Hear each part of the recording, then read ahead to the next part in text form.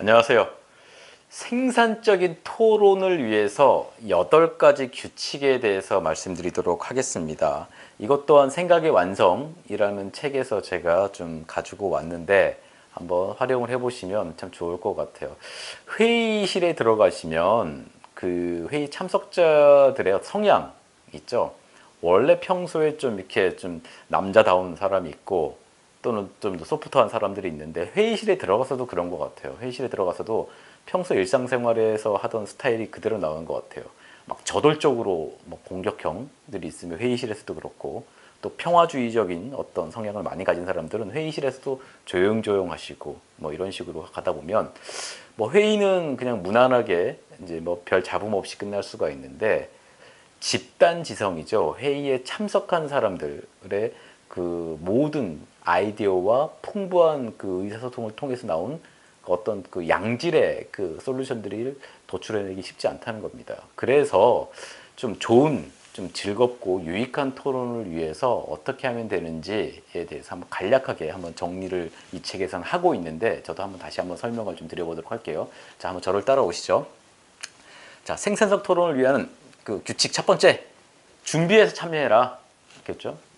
같은 뭐 1대1 미팅이던 뭐 한 7, 8명이 모여서 하던 하여튼 준비를 해라라는 겁니다. 토론 주제에 대해서 내가 모르게 되면요, 내가 진행자 입장이던 또는 반대 입장이던 등등, 아무튼 얘기하는 주제에 대해서 내가 별로 모르게 되면 이해도 못할 뿐더러 할 말도 없을 뿐더러, 또는 모르면서 상대방 얘기에 대해서 판단과 근거를 이해를 못한 상태에서 가타부타 해버려서 토론이 좀 엉망이 되는 경우가 있는데, 첫 번째는 좀 준비를 해서 좀 그 자리에 나가라 이런 겁니다. 아시겠죠?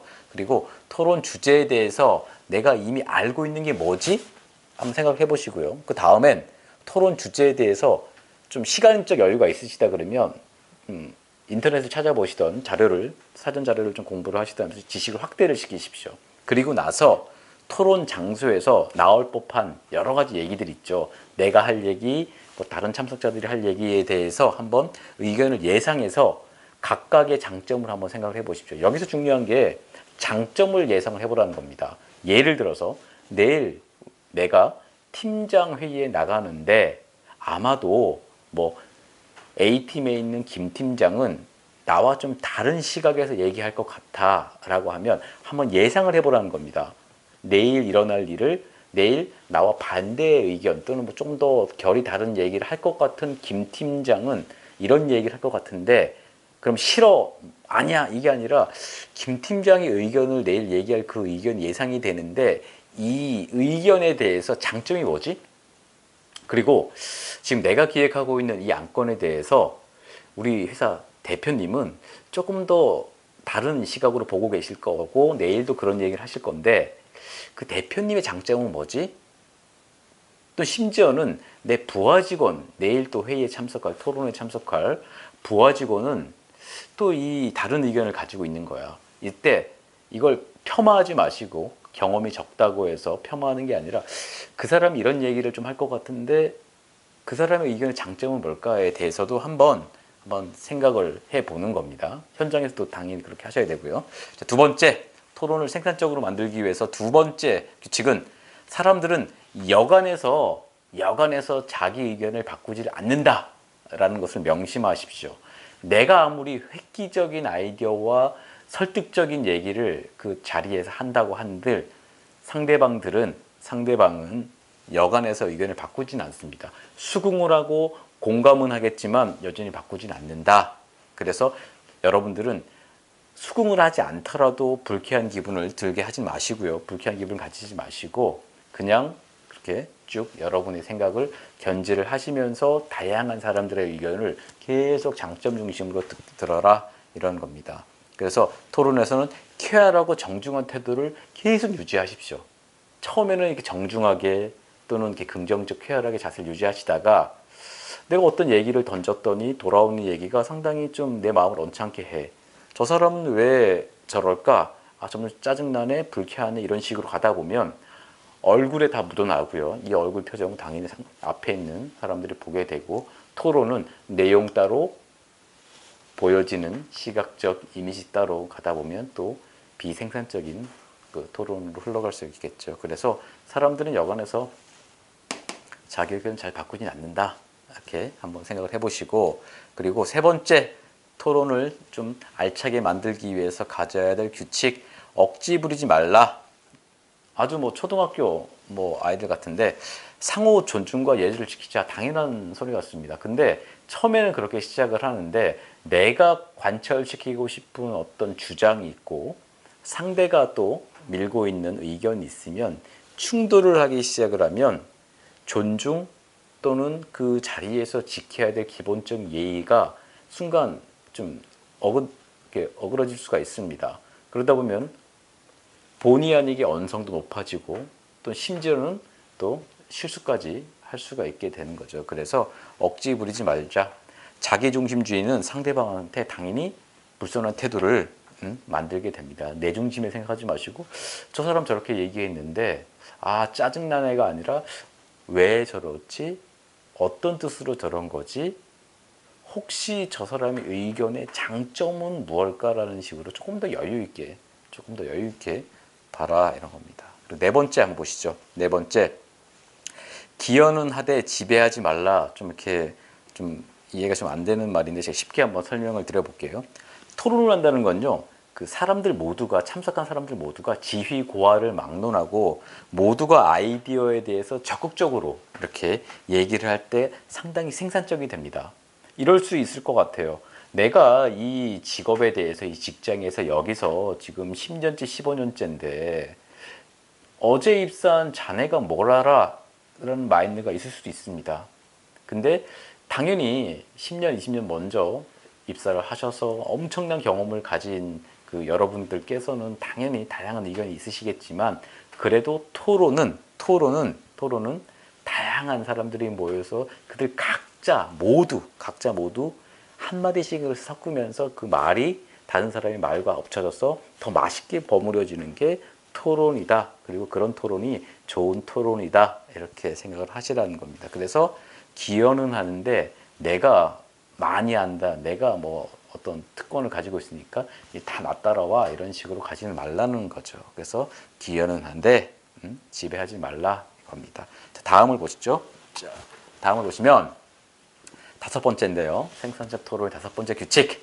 말의 매너리즘을 피해라. 이것도 좀 어려워요. 뭐 말이라는 얘기도 나오고 매너리즘이라는 얘기가 나오는데 제가 설명을 한번 드려볼게요. 말의 매너리즘이라는 건